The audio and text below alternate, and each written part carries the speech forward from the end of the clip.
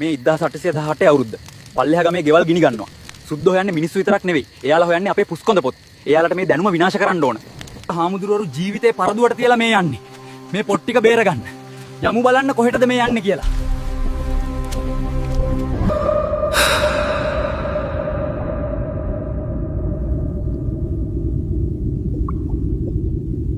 මම මේ මොනවද දකින්නේ?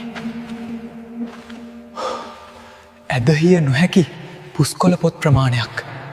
දෙවියනේ. බලන්න මේක. මේ නිකම්ම පොත් නෙවෙයි. මේ තමයි අපේ වෙදකම, අපේ තාක්ෂණය. සුද්ධ විනාශ කරන්න හදපු දේ අපේ අය මේ ගල් ගුහා ආස්සේ හැංගුවා.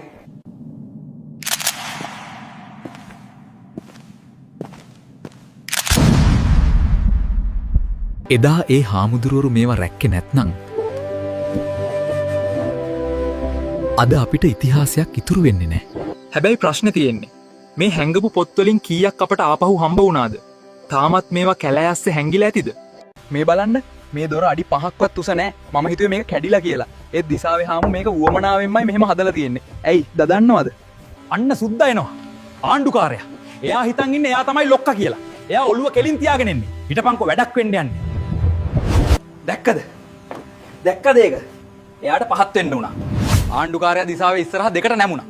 මාර මොලයක් මේක නම්. ආයුධ නැතුව සුද්දෙක්ව දනගැස්සූ එකම සිංහලයා. මඩුවන්වෙල මහා දිසාවේ. සමහර යුද්ධ දිනන්න කඩු ඕන නෑ යාළුවනේ. ටිකිරි මොලේ තිබුණාම ඇති. ගැම්මක් තමයි. මේ 1562 මුල් ඒරියාව. අර පුතුගීසින් එන්නේ තුවක්කු අරගෙන. ඒත් අපේ පැත්තේ ඉන්නේ මුකුත් ආයුධ නැති මිනිස්සු. මේ බලන්න. අපේ සටන්කරුවගේ ඇස් දිහා. එයා ඉන්නේ සම වැදිලා වගේ. අර සොල්දාදුවගේ මොරාල් එකට එයා ගහලා ඉවරයි. සටන පටන් ගන්න කලින්ම සුද්ද පරාදයි. දැක්කද? එයා ගැහුවේ නෑ. එයා බෙල්ලේ එක තැනක් තද කළා විතරයි. ඒකට කියන්නේ නිල කියලා. අර යෝධයා නිකන්ම බිම වැටුණා. මේක මැජික් නෙවෙයි යාළුවනේ. මේක ව්‍යුහ විද්‍යාව. අපේ මුතුන් මිත්තෝ දැනගෙන හිටියා ශරීරයේ නිල 107ක් ගැන.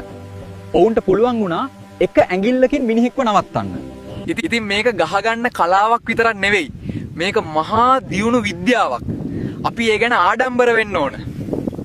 මේ ශාස්ත්‍රය ගොඩක් ගැඹුරු දෙයක්. මම මේකේ පොඩි කෑල්ලක් විතරයි පෙන්නුවේ. මගේ අතින් යම් වැරදි අර්ථකථනයක් වුණා නම් ගුරු මුතුන් මිත්තන්ගෙන් සමාව ඉල්ලනවා. යාළුවනේ මේ ඉන්නේ කාශ්‍යප රජතුමා. එයා මුගලන් එක්ක යුද්ධ කරන්න යන්නේ. කාශ්‍යප දිනන්නයි යන්නේ. එයාට මාර ගැම්මක් තියෙන්නේ. පොඩ්ඩක් කාන්න. ඇතා මඩේ එරුණා. රජතුමා වෙන පාරකින් යන්න හදන්නේ. එයා ආපහු හැරෙනවා. ඒත් අපෝ හමුදාව හිතන්නේ රජතුමා බය වෙලා දුවනවා කියලා. එපා! දුවන්න එපා! එයා පාර මාරු කරනවා විතරයි. එයා තනි වුණා. සතුරට අහු වෙන්න කලින්. එයා අභිමානවත් විදියට යන්න තීරණය කළා. මේ ඉන්නේ ලංකාවේ හමුදාව යාළුවනේ. අර පේනව නේද? අර ඉන්නේ නීල මහා යෝධයා. මම හිතුවේ නෑ එයා ඇත්තටම මෙච්චර උසයි කියලා. දැන් ලොකු ප්‍රශ්නයක් වෙලා තියෙන්නේ. රජතුමාට ඉන්දියාවට යන්න නැව් නෑ. ගජබාහු රජතුමාට හොඳටම කේන්ති ගිහින් ඉන්නේ. අම්මෝ දැක්කද ඒක? යකඩ පොල්ලෙන් ගහලා මුහුද දෙපැත්තට වෙන් කළා. මේක හීනයක් නෙවෙයි. දැන් අපි ඉන්නේ ඉන්දියාවේ. අර බලන්න. නීල යෝධයා වේලිච්ච වැලි මිරිකලා වතුර ගන්නවා. සොලි රජතුමා හොඳටම බය වෙලා ඔන්නේ. අපි දින්න යාළුවනේ. මිනිස්සු 27000 බේරගත්තා. පත්තිනි සලඹත් ගත්තා. ලංකා ඉතිහාසයේ ලොකුම ජයග්‍රහණය මේක තමයි.